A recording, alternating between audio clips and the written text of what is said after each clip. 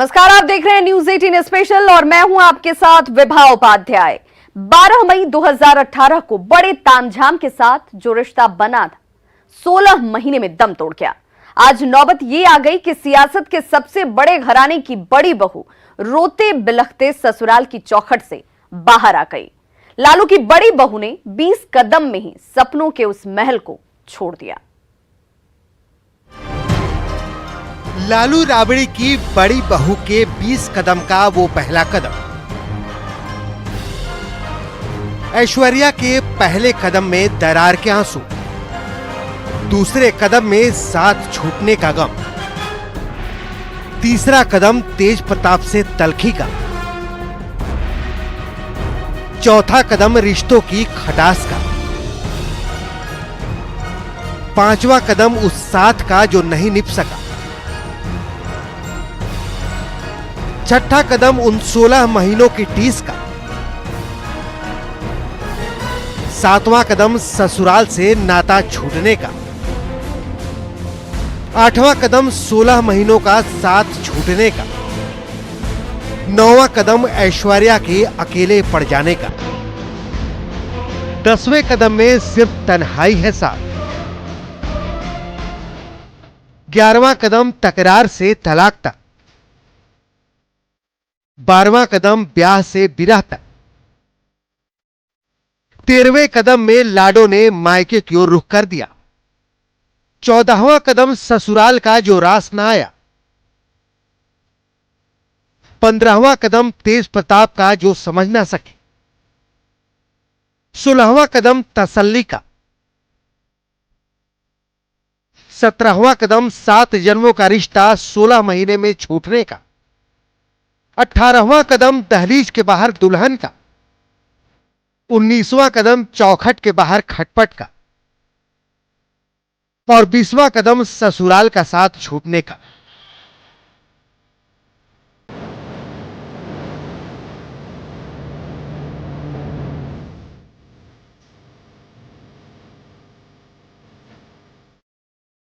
तो तलाक की अर्जी देने के बाद से ही तेज प्रताप यादव झुकने को तैयार नहीं थे, लेकिन तकरीबन 10 महीने से ऐश्वर्या अपनी सास के साथ उनके सरकारी आवास पर ही रह रही थी और आज ससुराल की वो दहलीज लांघकर लालू की बड़ी बहू चली गई।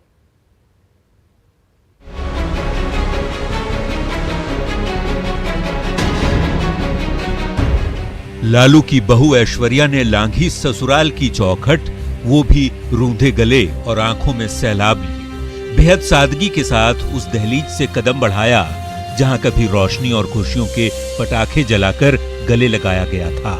उस हरे गेट से मात्र 20 कदम की चहलकदमी और हर अपना बेगाना हो गया। लोहे का हरा गेट नहीं कहिए, वो गवाह था उस जलसे का जब दो अजनबी एक हो रहे थे, दिल मिल रहे थे। लेकिन 16 महीने में हालात कहां से कहां तक पहुंच गए। ऐश्वर्या आंसू पोंछती रही।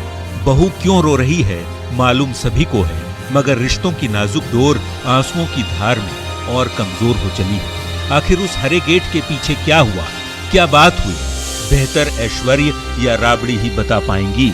लेकिन बहू का रोकर सपनों के आशियाने से यूं निकलना बहुत कुछ कहता है। हाथ में बैग लिए ऐश्वर्या अपने पिता की गाड़ी में खुद को संभालते हुए बैठी और फिर चल दी। ऐश्वर्या जिस वक्त राबड़ी आवास से बाहर निकली, उनके साथ न तो ससुराल का कोई सदस्य था और न ही कोई सुरक्षा कर्मी। तो आखिर 16 महीनों का साथ क्यों छूटा? 12 मई 2018 को हुई थी तेज प्रताप यादव और ऐश्वर्या राय की शादी। शादी के बाद से ही दोनों के रिश्तों में खटास आ गई थी। 2 नवंबर 2018 को तेज प्रताप ने कोर्ट में तलाक की अर्जी दी थी। तेज प्रताप ने अपने ट्विटर, इंस्टाग्राम अकाउंट से शादी की तस्वीरें डिलीट कर दी थी। तकरीबन 10 महीने से ऐश्वर्या राय राबड़ी आवास पर रह रही थी। पत्नी से तलखी के बाद तेज प्रताप अपने सरकारी आवास में शिफ्ट हो गए थे। 13 सितंबर को राबड़ी आवास से रोती हुई ऐश्वर्या राय बाहर निकली। लालू फैमिली और चंद्रिका राय के परिवार की ओर से तेज प्रताप को मनाने की हर संभव कोशिश हुई, लेकिन लालू के बड़े लाल तलाक की अर्जी वापस लेने को तैयार नहीं हुए। अब बहू रोकर अपने ससुराल से चली गई है तो जवाब ससुराल वालों को ही देना होगा। न्यूज़ 18 के लिए पटना से अमित कुमार की रिपोर्ट।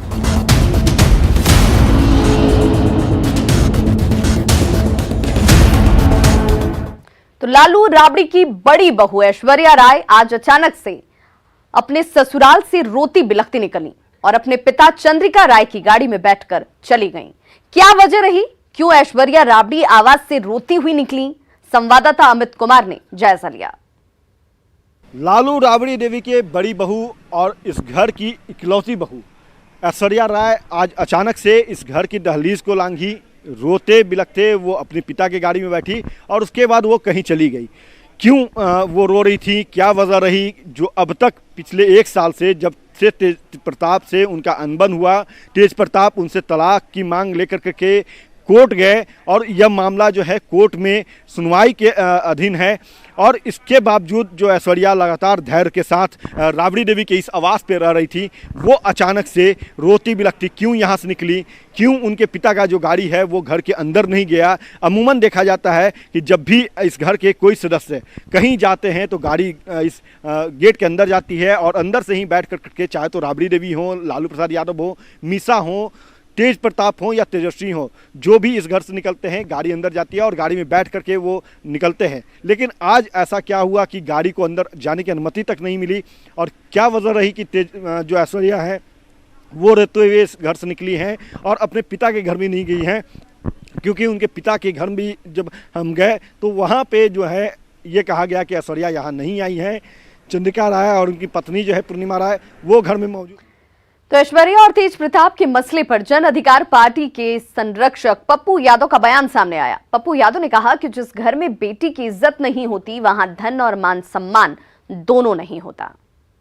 सर किस बार रुपया और की बात किसकी बात करते हैं सर। इन लोगों ने तो पूरे देश के यादव और समाज के पिछड़ों का सम्मान गिरवी रख दिया। जिसने इतनी बड़ी ताकत दी और इतने कुकर्म कभी आपने नहीं देखा होगा। 17% और 17% एक वर्ग का समूह इस देश में, और उसको इतना अपमानित होना पड़े, जिल्लत की जिंदगी राजनीतिक रूप से भी जीना पड़े और पारिवारिक रूप से भी हम लोग की जो का हश्र हुआ है इस बच्ची को लेकर के, आप उस पर छोड़ दीजिए। ऐसे लोगों को जीने का राइट ही नहीं है और ऐसे लोगों को समाज में तवज्जो, इसका ये जो लोग हैं ये एक ही नहीं है सर। उसकी मां की भूमिका उसमें सबसे ज्यादा है और उसकी बहन की। उस बेटी को अपमानित करने में, लालू यादव को बर्बाद करने में, जेल में रखने में उसकी परछाई और उसकी बेटी सबसे बड़ी भूमिका है सर। इधर बीजेपी की ओर से कहा गया कि लालू परिवार के वरिष्ठ सदस्यों को मिलकर परिवार के अंदर की दिक्कतों को सुलझाना चाहिए। ये खेद का विषय है और इसमें सही बात है कि राजनीति को शामिल नहीं करना चाहिए, लेकिन जो उस परिवार में इस प्रकार का विवाद चल रहा है उस विवाद को समाप्त उनके परिवार के दोनों सदस्यों को मिलकर के करना चाहिए। आपने देखा है कि ऐश्वर्या राय का मैंने आज फोटो देखा है कि किस प्रकार से वो रोती हुई घर से निकली है। मुझे लगता है कि वो भी सम्मानित परिवार है, बड़े खानदान की है और इस प्रकार से निकलना ये कहीं से उचित नहीं है। इनको चाहे जैसे भी हो, जिस स्थिति में हो, इसको ठीक करना चाहिए। और जो परिवार अपने घर को ठीक नहीं कर सकता है वो बिहार को ठीक नहीं कर सकता है। उनसे कोई उम्मीद बिहार के लोग नहीं कर सकते हैं।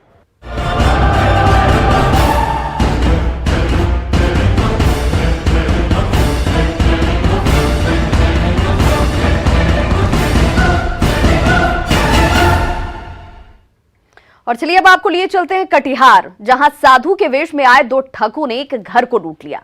यहां के कोढ़ा थाना इलाके के गेड़ाबाड़ी के रहने वाले पंकज सिंह के घर 2 साधु आए और रात में उनके घर रुकने की इच्छा जाहिर की। फिर रात में वो दोनों पूरा घर साफ कर रफूचक्कर हो गए। जब सुबह परिवार जागा तो अपनी जमा पूंजी, जेवर, कीमती सामान सब कुछ लूटा बैठा था।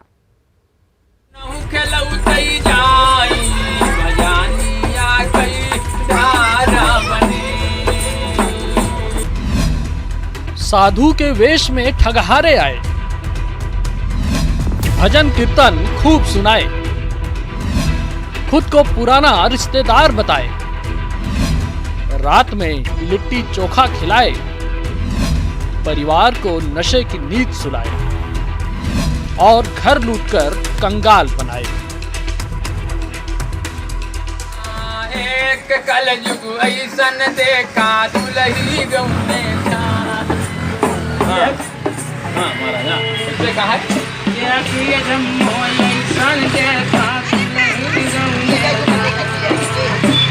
हाथ कई धोती पहने बहुरूपिया साधु कीर्तन सुनाते सुनाते हंस पड़ा। उसके चेहरे पर बड़ी कुटिल मुस्कान थी और हंसी के पीछे खुशी की वजह ये रही कि एक परिवार, उसके पड़ोसी, पूरा टोला इनके छद्मवेश को सच्चा मान बैठा था।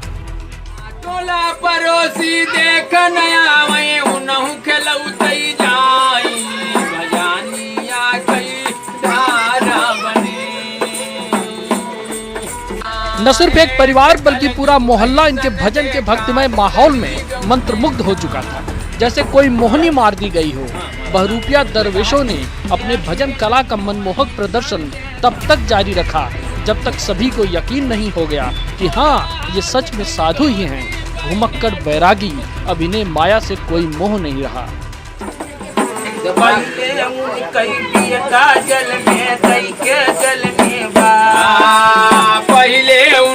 बेटा जल में पीछे गजल में नाना उन कई बेहन गईले नाती पर सही जिस घर के दरवाजे पर ये ठगहारे बैठे थे, उसी घर में इन्होंने रात गुजारने की इच्छा जताई। घर वालों को लगा कि एक साधु, ऊपर से दूर का रिश्तेदार, घर में जगह देने में बुराई क्या है, बस एक रात की तो बात है। और इसी दरिया दिली ने इस परिवार का दिवाला निकाल दिया। ठगों ने रात में खुद अपने हाथ से लिट्टी चोखा बनाया और पूरे परिवार को प्रसाद के रूप में खाने के लिए दिया। इस परिवार को क्या पता था कि साधुओं का ये प्रसाद उन्हें घनघोर निद्रा की उस अवस्था में पहुंचा देगा जहां कान पर भोपू रख कर बजाने से भी इनकी नींद टूटेगी नहीं, और जब टूटेगी तब तक घर लुट चुका होगा और टूट चुका होगा भरोसे का वो तार जो इन ठगों ने साधु और रिश्तेदार कहकर इस परिवार से बांधा था। सरंगी तरंगी सब है उसके पास। लिट्टी चोखा बना खिलाया था। आप यहाँ ठहरे थे? हाँ, वो बोला भाई है तो फल्ला चीज सिखाया। सब पूरा खानदान का नाम लिया ना, मौसी का नाम लिया, उसका नाम लिया। तो हम लोग चले आए देख के, हमको कुछ शक बुझाया जो ये नहीं है। फिर आदमी सब बोलने लगा जो नहीं यही है यही है। तो यहाँ पर सब बुला के लाया। उसके बाद सब बोलने लगा हाँ ये बड़ी भाभी है, ये मेरा भाई है सब। तो हम लोग सोचे अच्छा बात है, आ गया। उसका बीवी भी मर गया था उसके जाने के बाद। फिलहाल इस वीडियो के जरिए पुलिस दोनों ठगों को ढूंढने में जुटी है। पुलिस का कहना है कि बस पता चल जाए इन ठगों का, इन्हें पाताल से भी उठाकर लाएंगे। हम लोग उनके तस्वीर के माध्यम से हम खोज रहे हैं, पहचान कर रहे हैं। यदि होगी तो निश्चित कार्रवाई होगी। दूसरे स्टेट के भी होंगे तो वहाँ भी हम लोग भेज रहे हैं। तो आप भी रहिए खबरदार, कहीं आप भी हो गए ऐसे ठगों के शिकार तो फिर छाती ही पीटते रह जाएंगे बारंबार। कटिहार से सुब्रत, न्यूज़ 18।